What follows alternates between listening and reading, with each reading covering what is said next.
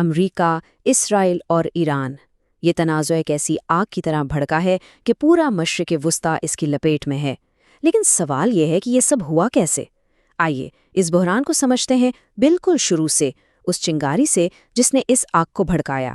ہم دیکھیں گے کہ کیسے صرف چند ہی دنوں میں یہ پورا خطہ ایک تباہ کن جنگ کے بالکل دہانے پر پہنچ گیا۔ ڈونلڈ ٹرمپ کا یہ ایک جملہ، جب ہم فارغ ہوں گے تو اپنی حکومت پر قبضہ کر لینا، یہ بات بالکل صاف کر دیتا ہے کہ یہ کوئی عام فوجی حملہ نہیں تھا۔ نہیں، بالکل نہیں، یہ ایک ایسا بیان تھا جس نے پوری دنیا میں ہلچل مچا دی۔ اس کا مقصد صرف فوجی اہداف کو نشانہ بنانا نہیں تھا، بلکہ مقصد تو حکومت کو ہی بدلنا تھا۔ اچھا، تو اس پوری پیچیدہ صورتحال کو سمجھنے کے لیے ہم اسے 5 حصوں میں دیکھیں گے۔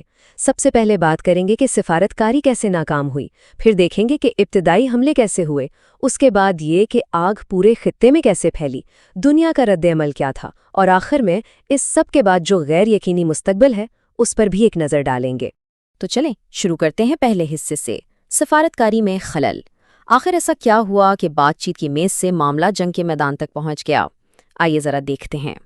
یہاں ٹائم لائن پر نظر ڈالیں تو سب کچھ آخری 48 گھنٹوں میں بدلتا نظر آتا ہے۔ دیکھیں، فروری 2026 کے شروع میں امریکہ اور ایران جنیوا میں سنجیدہ مذاکرات کر رہے تھے۔ لگ رہا تھا کہ شاید کوئی حل نکل ہی آئے، لیکن پھر 27 فروری کو ایک بڑی خبر آئی۔ IAEA کو ایک خفیہ زیر زمین جگہ سے انتہائی افزودہ یورینیم مل گیا۔ یہ آپ کہہ سکتے ہیں کہ ایک دھماکہ خیز دریافت تھی، اور اس کے ٹھیک 24 گھنٹے کے اندر بم گرنا شروع ہو گئے۔ اور یہ جو کاؤنسل آن فارن ریلیشنز کا بیان ہے نا، یہ پوری صورتحال کا نچوڑ پیش کرتا ہے۔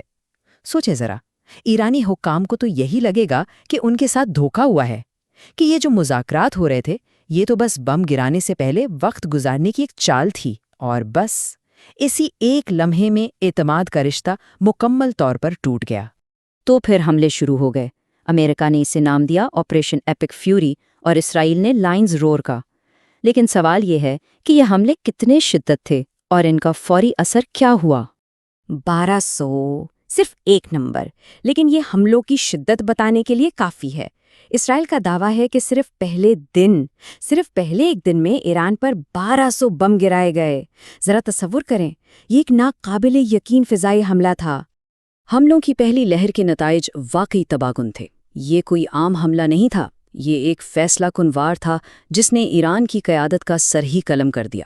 سپریم لیڈر علی خامنئی ہلاک ہو گئے، IRGC کے کئی بڑے کمانڈرز بھی مارے گئے، بیلسٹک میزائل کی تنصیبات اور نتنز کی جوہری سائٹ کو نشانہ بنایا گیا، اور پورے ایران میں انٹرنیٹ بلیک آؤٹ کی خبریں آنے لگیں۔ اس افراتفری اور قیادت کے خلا کو پر کرنے کے لیے ایک عبوری کونسل بنائی گئی۔ لیکن کہانی یہاں ختم نہیں ہوئی۔ ایران خاموش بیٹھنے والوں میں سے نہیں تھا۔ ان کی جوابی کارروائی وہ فوری بھی تھی اور بہت وسیع بھی، اور اسی جواب نے اس آگ کو پورے خطے میں پھیلا دیا۔ اب یہ صرف ایران، امریکہ اور اسرائیل کا معاملہ نہیں تھا، پورا خطہ جنگ کی لپیٹ میں آ چکا تھا۔ ایران کا جواب ہر سمت میں تھا۔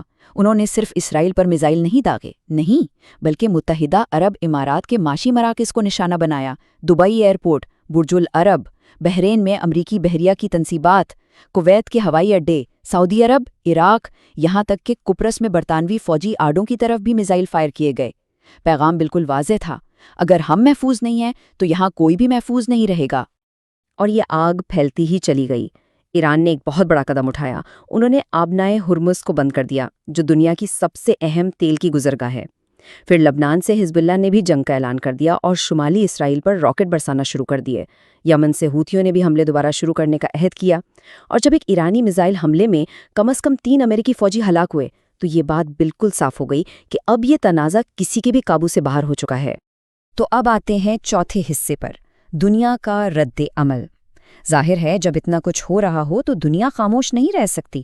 یہ آگ اب صرف مشرق وسطیٰ تک محدود نہیں رہی تھی، پوری دنیا کی نظریں اس پر تھیں اور ہر طرف سے رد عمل آ رہا تھا۔ عوامی رد عمل کو دیکھیں تو صورتحال انتہائی منقسم نظر آتی ہے۔ ایک طرف ایران کا سرکاری میڈیا تھا جہاں خامنئی کی موت پر سوگ مناتے ہوئے بڑے بڑے ہجوم دکھائے جا رہے تھے، دوسری طرف دنیا بھر میں مقیم کچھ ایرانی ان حملوں پر جشن منا رہے تھے۔ امریکہ میں نیو یارک اور شکاگو جیسے شہروں کی سڑکوں پر جنگ کے خلاف مظاہرے ہو رہے تھے۔ اور اسی دوران ایران کے اندر سے بھی ایسی خبریں آ رہی تھیں کہ کچھ لوگ خاموشی سے اس موت پر خوشیاں منا رہے ہیں. مطلب ایک ہی واقعہ اور اس پر رد عمل اتنا مختلف. دنیا بالکل بٹی ہوئی تھی. اور اسی دوران ایک اور دلچسپ چیز بھی ہو رہی تھی جو امریکی خارجہ پالیسی کی پیچیدگی کو ظاہر کرتی ہے.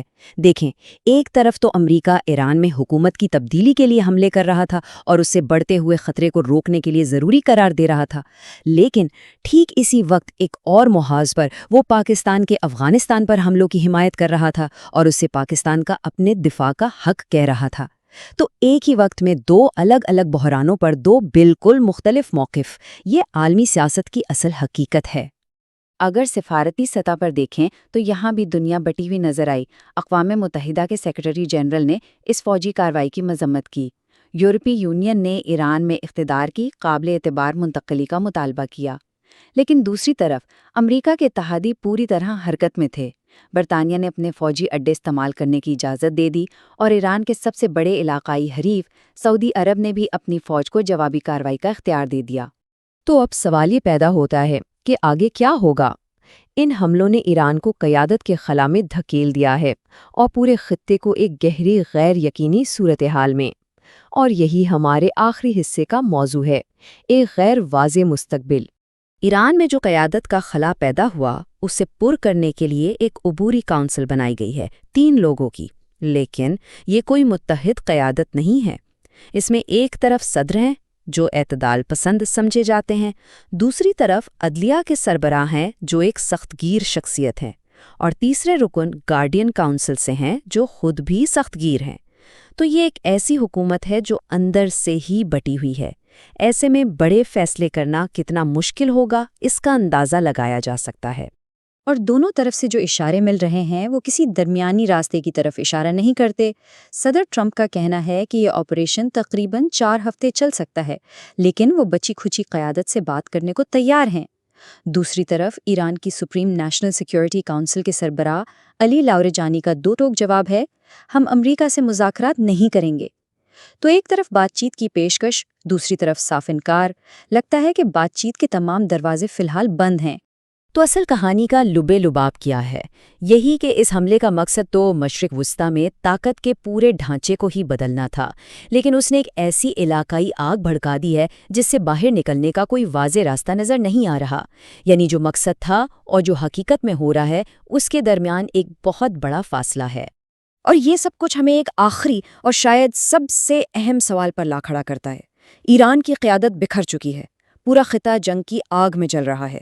تو کیا اس آپریشن سے حکومت کی تبدیلی یعنی رجیم چینج حاصل ہوئی ہے، یا پھر صرف حکومت کا خاتمہ یعنی رجیم کلیپس؟